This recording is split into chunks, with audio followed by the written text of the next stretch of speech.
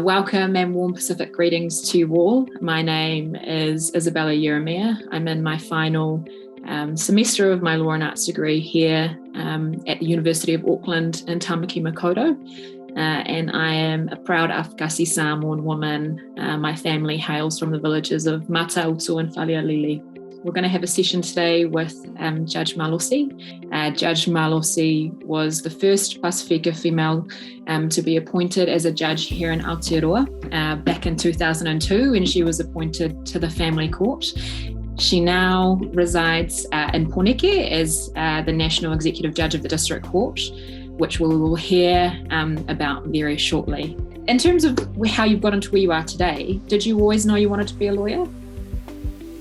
No, I mean, no one was in front of me. I didn't know anyone in front of me who had been a lawyer or in the law. I grew up in a generation where good Samoan girls were teachers or nurses. And so my older sister went off and did the nursing thing, and I got a scholarship to go to university to do a degree so I could teach. And when I got to university, I thought, maybe I could do law.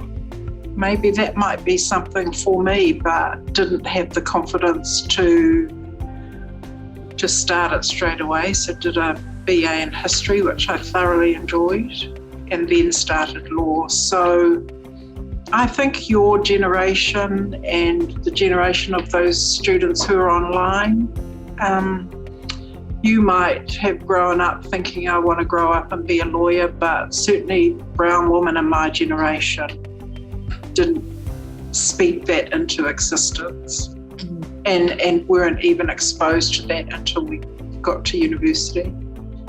What characteristics do you recognise in a successful lawyer, either before you in the court or just into your daily interactions? I know you've mentioned work ethic, so I'm guessing that's definitely one. The thing that always strikes me first about a really able lawyer is humanity.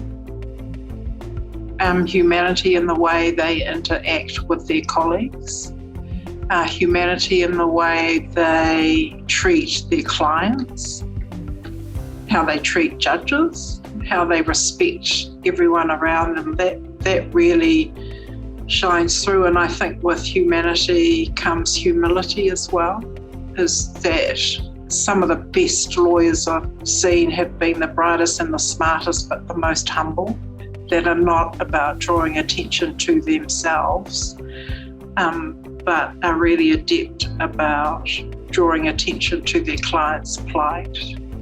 And again, a good storytellers. How do you tell a story in a way that upholds the dignity of the person, but also ensures that the court understands that this is a good person in a really bad situation who has made a really poor decision, but is capable of living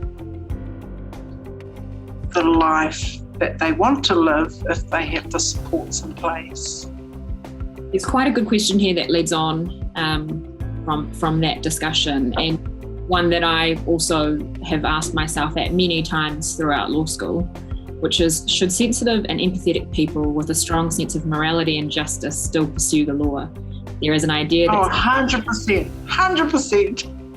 Finish the question. I'm so excited about it. So the rest of the question says there is an idea that sensitive people cannot handle law as a career as they become too emotional.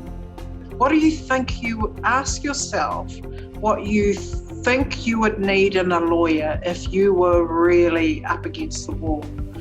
What kind of person would you want? You would want someone who was compassionate, understanding, empathetic, and a fighter.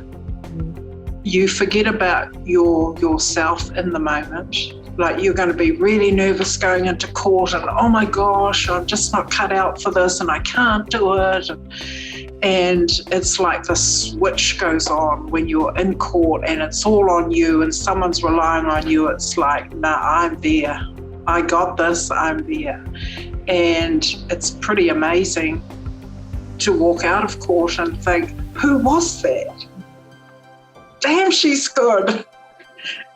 What would a typical day in the life look like? Perhaps you can tell us what that looks like as a district court judge and what that looks like now in your more administrative role.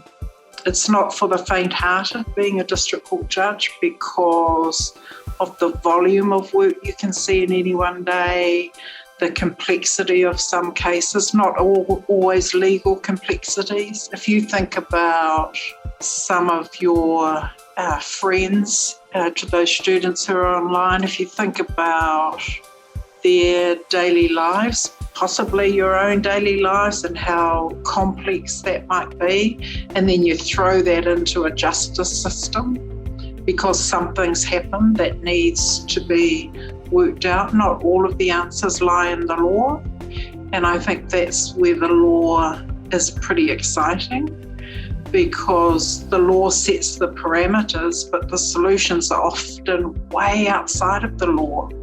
And the underpinning of the Rangatahi and Pasifika Courts is the firm belief that the answers are with our people.